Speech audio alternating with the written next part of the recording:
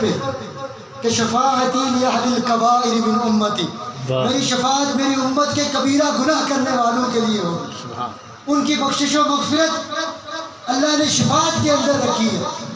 تو ہمارا امید جاگ جاتی ہے جب اللہ کے نبی صلی اللہ علیہ وسلم تک بات جائے گی تو آپ دنیا میں ہمارے لیے رونے والے، آپ نمازوں میں ہمارے لیے رونے والے تھے، آپ سجدوں میں ہمارے لیے رونے والے تھے، آپ غار میں ہمارے لیے رونے والے تھے، آپ بیماری میں ہمارے لیے رونے والے تھے، آپ مرض الموت میں دنیا سے جاتے ہوئے بھی ہمارے لیے رونے والے تھے۔ وہ ہمیں اللہ کی بارگاہ میں رسوا نہیں ہونے دیں، ہماری مغفرت کا ذریعہ بن جائیں گے۔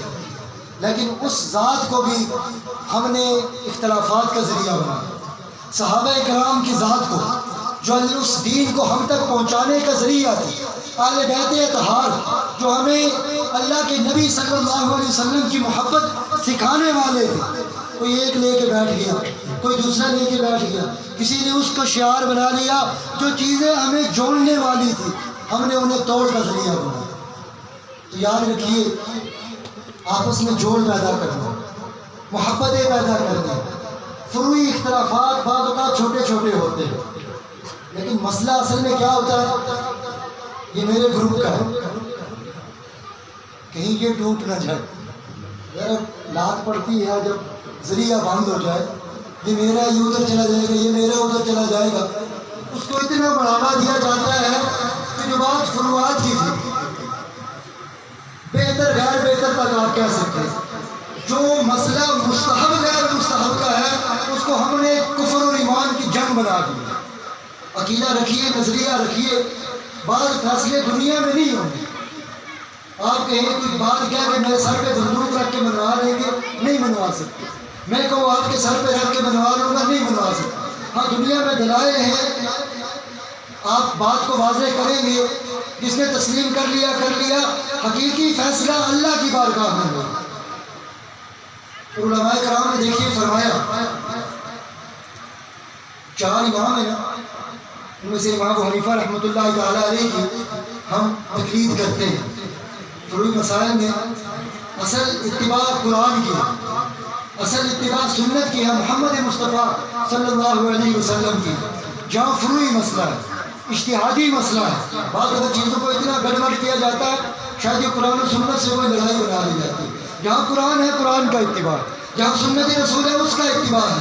جہاں فروعی مسئلہ پڑ گیا، احادیث مبارکہ کے مفہوم میں اختلاف پیدا ہو گیا، عربیت کے اندر اختلاف پیدا ہو گیا، نیا مسئلہ آ گیا، قرآن و سنت کے اندر تصریح موجود نہیں ہے، دو طرح کی حدیثیں موجود ہیں، ترجیح کس کو دینی ہے؟ ہمارے پاس وجہ ترجیح موجود نہیں ہے۔ ہم امام ابو حنیفہ رحمۃ اللہ تعالیٰ علیہ کے مقلد ہیں، ان کے اصولوں کے مطابق جو جس روایت کو جس مسئلے کو وہ ترجیح دیتے ہیں ہم اس کو قبول کر لیتے ہیں۔ لیکن ہم کبھی نہیں کہتے کہ شافعی غلط ہے، مالکی غلط ہے، حنبلی غلط ہے۔ صاف مسئلہ واضح کر دیا، وہ بھی دلیل پکڑتے ہیں قرآن سے، وہ بھی حدیث دلیل پکڑتے ہیں حدیث سے، سنت سے، وہ بھی دلیل پکڑتے ہیں اجماع امت سے، یہ بھی دلیل پکڑتے ہیں قرآن سے، حدیث سے، اجماع امت سے۔ بعض جگہ ہوتی ہے جہاں ہم کھل کے بات کر لیتے ہیں، آج کل اس طرح بات کی نہیں جاتی عوامی جلسوں میں، لیکن کوئی تو کرے گا۔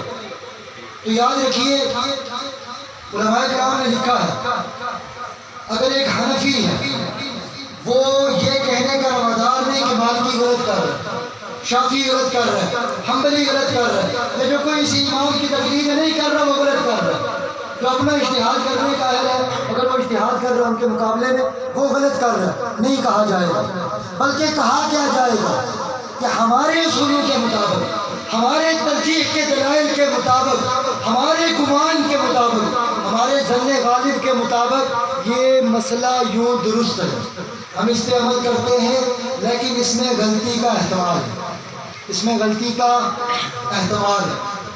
ہم جو یہ اشتہاد کر رہے جو ان کے اصول ہیں دوسرے ائمہ کے، ہم یہ سمجھتے ہیں ہمارے اصولوں اور ہمارے گمان کے مطابق وہ درست نہیں، لیکن ان کے صحیح ہونے کا احتمال موجود ہے۔ ہم فیصلہ کرنے کے، اس کو حق اور باطل قرار دینے کے مجاز نہیں ہیں۔ چھوٹے چھوٹے مسئلوں پہ اختلاف ہو گیا، جو رکوع دین کرے گا اس کی نماز نہیں کرے گا اس کی نماز نہیں، جس نے قرات کر لی اس کی نماز نہیں، جو نہیں کرے گا اس کی نماز نہیں۔ چھوٹی چھوٹی باتوں پہ فروعی اختلاف پہ، جو صرف صحابہ کرام کے دور سے لے کے آج تک 1400 سال تک مسئلہ یہ تھا دونوں جائز ہے، بہتر کون سا؟ ایک کہتا بہتر یہ ہے، دوسرا بھی جائز ہے، دوسرا کہ بہتر یہ بھی جائز ہے۔ ہم نے اس کو ایمان اور کفر کی جنگ بنا دی، اس کے اوپر ہم نے فتوے صادر کرنے شروع کر دی، اور پھر اس سے بڑھ کے حب نبی لے کے بیٹھ گیا، کوئی حب صحابہ لے کے بیٹھ گیا، کوئی حب اہل بیت اطہار لے کے بیٹھ گیا، کسی نے اہل قرآن کہہ دیا، کوئی حدیث کو لے کے بیٹھ گیا، کوئی کسی ایک چیز کو بیٹھ کے لے گیا۔ یہ چیزیں اللہ کے بندوں ہمیں توڑنے نہیں آئی تھی، یہ ساری چیزیں ہمیں جوڑنے آئی۔ تو آج یہ عہد کرتے ہیں قرآن بھی ایک ہے، رسول بھی ایک ہے، اس کی بتائی ہوئی حدیث بھی ایک ہے، ہمارے شاعر بھی وہی ہیں، ہماری مقدس شخصیات بھی وہی ہیں۔ اگر کہیں اختلاف پیدا ہو گیا، بجائے فتوے دینے کے، بجائے دوسرے کو دور جا کے کسی کو گستاخ کا، کسی کو مشرک کا، یہ اس لائن کے اندر نہیں رہنے دیتے کسی کو۔ یار گستاخ ہے رسول بھی کیا ہے؟ کافر ہے۔ مشرک کیا ہے؟ کافر ہے۔ تو دوسرے کو مسلمان نہیں رہنے دیتے، کفر تک پہنچا کے دم دیتے، یہ فتوے جاری نہیں ہوتے، وہ علماء عموماً نہیں کرتے، یہ اللہ ماشاءاللہ جو کرنے والے وہ کرتے، علماء نہیں کرتے۔ احترام ہے، ہر ایک کی رائے ہے، احترام کیجیے، آپ کی وہ رائے نہیں ہے، کوئی